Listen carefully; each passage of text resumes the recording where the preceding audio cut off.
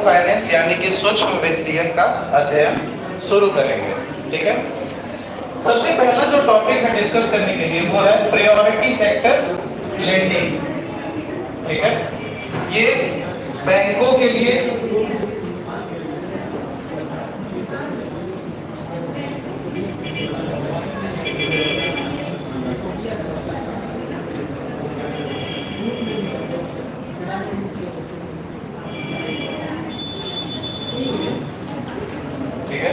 Reserve bank of India के द्वारा क्या बताया गया कि सारे बैंकों को एक निर्देश दिया गया।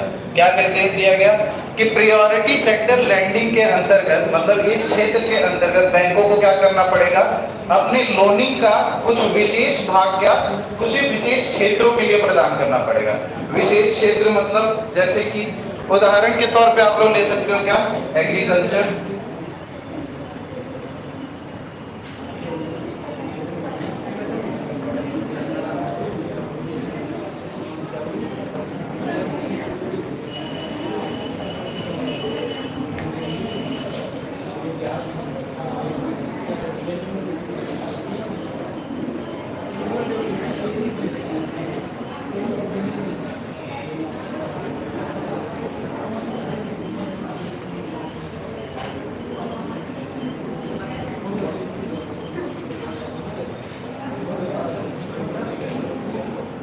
रिजर्व बैंक ऑफ इंडिया के द्वारा क्या कहा जाता है, जैसे जब भी सरकार को या फिर रिजर्व बैंक ऑफ इंडिया को क्या करना पड़ता है, किसी विशेष क्षेत्र में ज्यादा ध्यान देना रहता है। जैसे कि इस समय जो हमारे देश की परिस्थिति है, हमारा देश क्या है, विकासशील देश है। ठीक है ना, मतलब ये प्रगति के मार्ग पे है। अभी ये जो भी कार्य करेगा, जो भी संस्था बनाएगा, जो भी आर्थिक संशोधन करेगा, इसमें क्या इंफ्रास्ट्रक्चर जो है बहुत ही अहम भूमिका प्ले करेगा। ठीक है ना, इंफ्रास्ट्रक्चर की किसी भी चीज को अंजाम देने के लिए आपको चार चीज होनी चाहिए बेसिक लेवल पे। क्या है, लैंड, लेबर, कैपिटल, एंटरप्रेन्योरशिप। ठीक है, जमीन, मजदूर, पूंजी, आइडिया या फिर विचार। ये चार चीजों की आवश्यकता हर जगह होती है, जिसमें सबसे जो इंपॉर्टेंट चीज होती है वो क्या होती है, पूंजी। ठीक है, जब भी हमें क्या होता है, किसी भी अर्थव्यवस्था के विशेष क्षेत्र में बढ़ावा देना रहता है, तो हम बैंकों को रिजर्व बैंक ऑफ इंडिया के द्वारा क्या निर्देश देते हैं कि क्या करिए, आप जो लोन मांग रहे हो ना, अगर जो 100% आप लोन मांग रहे हो तो उसका कुछ भाग प्रायोरिटी सेक्टर लैंडिंग सेक्टर में देना पड़ेगा। जैसे कि एग्रीकल्चर में कुछ भाग देना पड़ेगा, हाउसिंग में देना पड़ेगा। हाउसिंग में क्या होगा, लोग अपने लिए घर बनाएंगे, इंटरेस्ट पे लोन लेंगे, बैंक को प्रॉफिट होगा। ठीक है, बैंक क्या फायदा कमाएगी। प्रायोरिटी सेक्टर लैंडिंग में क्या होता है, ये जो बैंकिंग होती है इसको क्या बोलते हैं हम लोग, डायरेक्टेड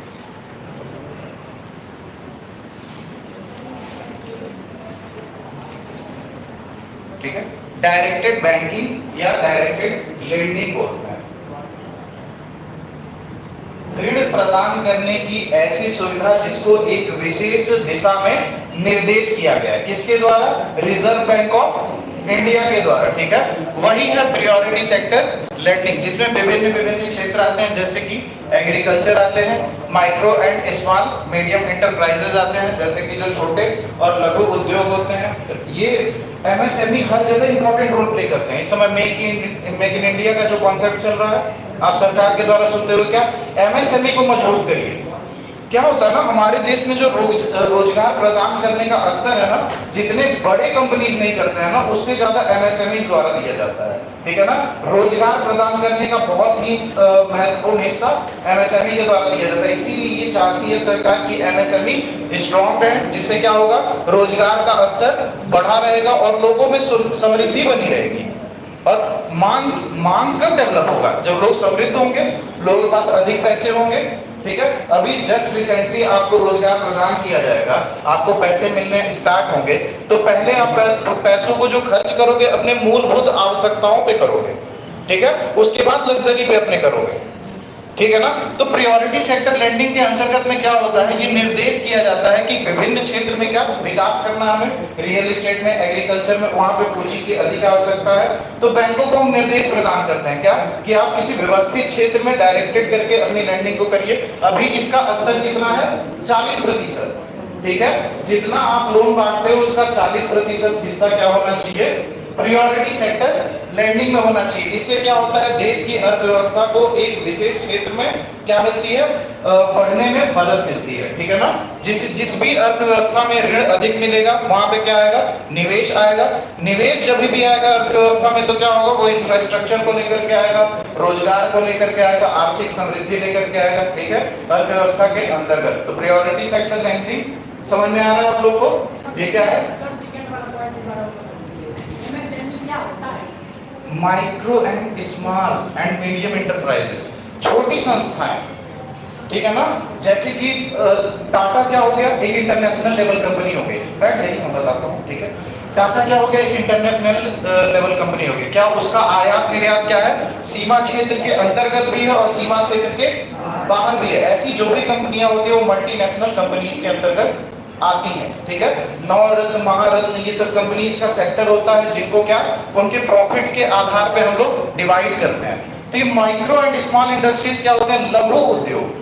ठीक है ना, छोटे छोटे जब स्मॉल सेक्टर के लोग होते हैं। अब जैसे कि क्या, सोलर सिस्टम है, सोलर पैनल का क्या रिटेलर आप बन गए हो। ठीक है ना, आप उद्योग कर रहे हो, क्या कर रहे हो, आप विदेशी क्षेत्र से सोलर पैनल मंगा रहे हो और लोकल में पब्लिक को डिस्ट्रीब्यूट कर रहे हो। तो लघु उद्योग आपने किया हुआ है। आपने कोई बहुत ज्यादा, इतना ज्यादा क्या रिसर्च एंड डेवलपमेंट पे पैसा नहीं खर्च किया है, बहुत ज्यादा कोई आपका सॉफ्टवेयर टेक्नोलॉजी अपग्रेड नहीं, आपने क्या एक तरीका आपने, ठीक है, इंडस्ट्रियलाइजेशन जब भी आप शुरू करते हो क्या, एक निम्न स्तर से शुरू करते हो। वही जब छोटे स्तर पे ही जब गवर्नमेंट क्या करती है, पीछे से बैक कर देती है तो वो मजबूत हो जाते हैं। ठीक है, मजबूती प्रदान होने के कारण क्या होता है, वो मैक्सिमम क्षेत्र में क्या होते हैं, रोजगार प्रदान करते हैं। सिर्फ यही रोजगार के ही कारण ये सेक्टर इंपॉर्टेंट हो जाता है। जो लघु उद्योग है, जो एकदम छोटे हैं, जो अभी 10 लाख, 15 लाख, 20 लाख जिनकी पूंजी है, ठीक है, 1 करोड़ से अंदर आते हैं। ठीक है ना, जो निगम करके बाहर हैं। ठीक है ना, इनमें कैपिटल गेन टैक्स तो लगाया जाता है मगर कॉर्पोरेट टैक्स नहीं लगाया जाता है। कॉर्पोरेट टैक्स किस पे लगाया जाता है, बड़ी बड़ी कंपनियों को।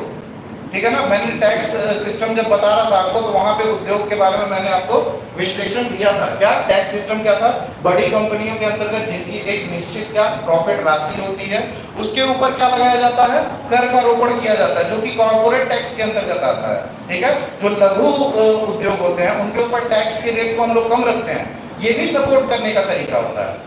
ठीक है, सरकार को क्या करना है, एक तरह से जनता को स्ट्रॉन्ग करना है।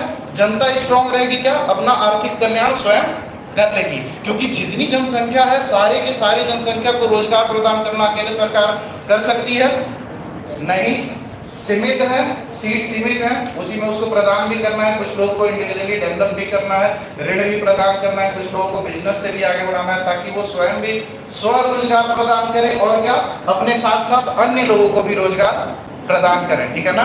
तो प्रायोरिटी सेक्टर लैंडिंग के अंतर्गत में हम लोग कुछ निश्चित क्षेत्र में क्या निर्देश देते हैं बैंकों को कि इस क्षेत्र में आप क्या ऋण अधिक मात्रा में प्रदान करिए, या फिर जो आप ऋण प्रदान कर रहे हैं उसका एक विशेष भाग, अभी कितना है उस भाग का वैल्यू 40% हिस्सा आपको क्या करना है, इन सारे सेक्टर में प्रदान करना है। ठीक है, कौन सा, ये वाला बीपीएल वीकर सेक्शन, कमजोर वर्ग, गरीब लोग। ठीक है ना, गरीब लोग का क्या, उन लोग के बारे में कोई ज्यादा नहीं सोचता है। बैंकिंग सिस्टम क्या देखती है, प्रॉफिट।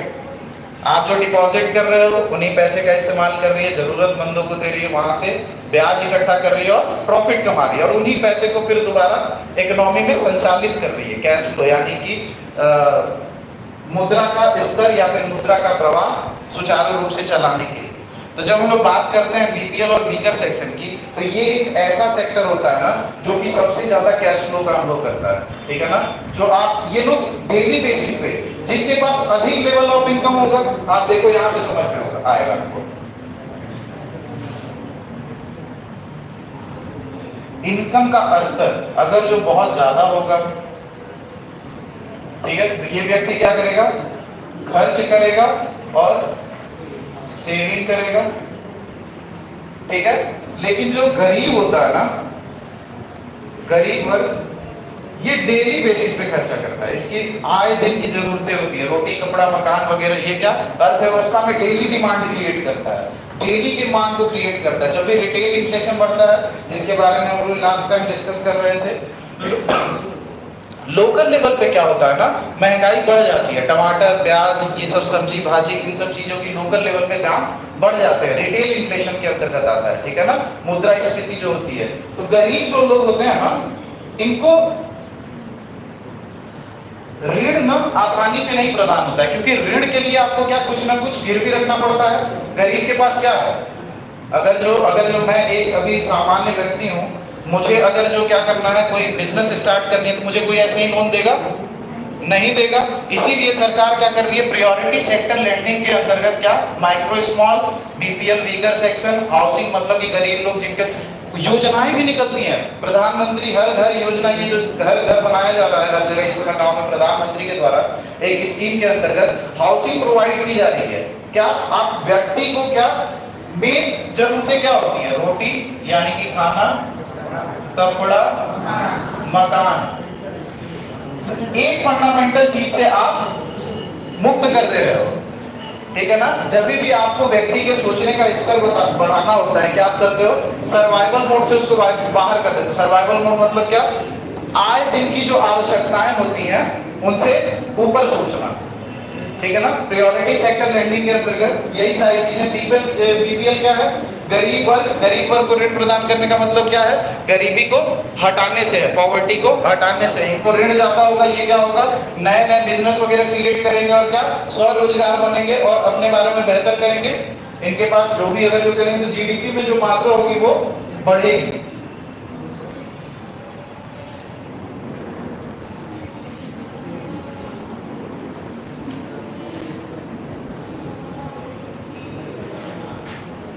अगला जो टॉपिक है वो है PSLC, प्रायोरिटी सेक्टर लैंडिंग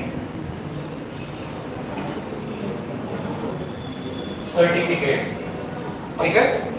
ये कार्बन क्रेडिट की तरह काम करता है। कार्बन क्रेडिट का नाम सुना है आप लोगों ने, टैगोबियन टैक्स होता है ये, ठीक है।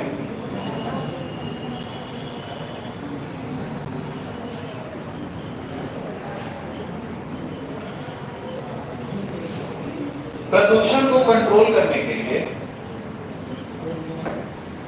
क्या कार्बन क्रेडिट सिस्टम निकाला गया है, क्या कि जो भी व्यक्ति अधिक कार्बन का उत्सर्जन करेगा उसे कुछ अमाउंट पे करना पड़ेगा, और जो भी व्यक्ति क्या पर्यावरण के हित में कार्य करेगा, मतलब कि कार्बन की जितनी दी हुई मात्रा है उससे कम उत्सर्जन करेगा, तो क्या उसको सर्टिफिकेट प्रदान किया जाएगा। उसी तरीके से क्या है प्रायोरिटी सेक्टर लेंडिंग में है। बैंक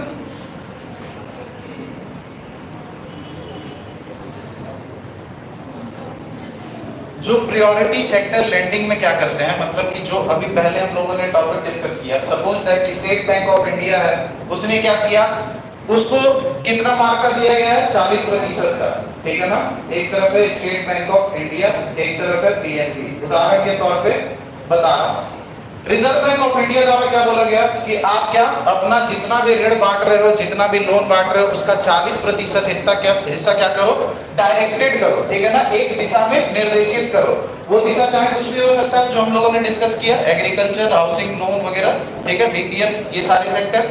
अब ये क्या करेगा स्टेट बैंक ऑफ इंडिया, ये क्या किया, अपना 50% ऋण इन्हीं सेक्टर में बांट दिया, ठीक है। पीएनबी है, ये क्या किया, ये 30% बांट पाया, ठीक है। इसको क्या मिलेगा, इन 10% एक्स्ट्रा के लिए इसको प्रायोरिटी सेक्टर लेंडिंग सर्टिफिकेट मिलेगा, ठीक है ना, कि आपने अच्छा काम किया है। क्या किया है, जिस क्षेत्र में आपको निर्देश किया गया था उसमें आपने बेहतर काम किया, तो आपको क्या मिलेगा, सर्टिफिकेट मिलेगा।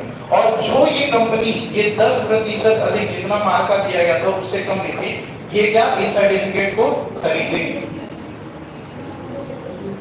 भरपाई के तौर पे। समझ रहे हो आप, क्या आपने जो मार्का दिया गया था वहां तक की क्या इन्वेस्टमेंट हमारे अर्थव्यवस्था के अंतर्गत नहीं कर पाई, ठीक है ना। तो क्या अब ये बैंक क्या है, इसने जितना मार्का दिया गया था उससे बेहतर परफॉर्म किया।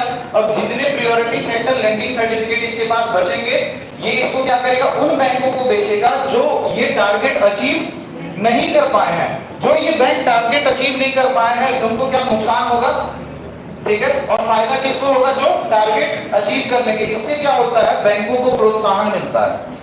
बैंक क्या करते हैं, मोटिवेट होते हैं, वो कहते हैं हम ज्यादा से ज्यादा इस सेक्टर में लोन प्रोवाइड करेंगे ताकि हमको ज्यादा से ज्यादा सर्टिफिकेट्स मिले और हमारे बैंक की क्रेडिट सिस्टम भी क्या हो, सुधर जाए। ये बैलेंस शीट को भी सुधारता है, ठीक है ना, बैंकों के बैलेंस शीट को रिकवर करता है। ये priority sector lending certificate basically क्या है, बैंकों के प्रोत्साहन के लिए हम लोगों ने एक स्कीम बनाई है। क्या, जो भी बैंक इस प्रतिशत के बाहर, ठीक है, इस प्रतिशत के ऊपर लेंडिंग करता है उसको क्या प्रायोरिटी सेक्टर लेंडिंग सर्टिफिकेट प्रदान किया जाएगा। और जो बैंक इसके स्तर के नीचे रहता है, ठीक है ना, उसको क्या, वो खरीदना पड़ेगा प्रायोरिटी सेक्टर लेंडिंग सर्टिफिकेट, ठीक है ना, जिसकी वजह से वो अगली बार और बेहतर कोशिश करेगा इस क्षेत्र में विशेष परफॉर्मेंस देने की, ठीक है ना। तो प्रायोरिटी सेक्टर लेंडिंग सर्टिफिकेट यही है। समझ में आ रहा है जी। कार्बन क्रेडिट देखिए,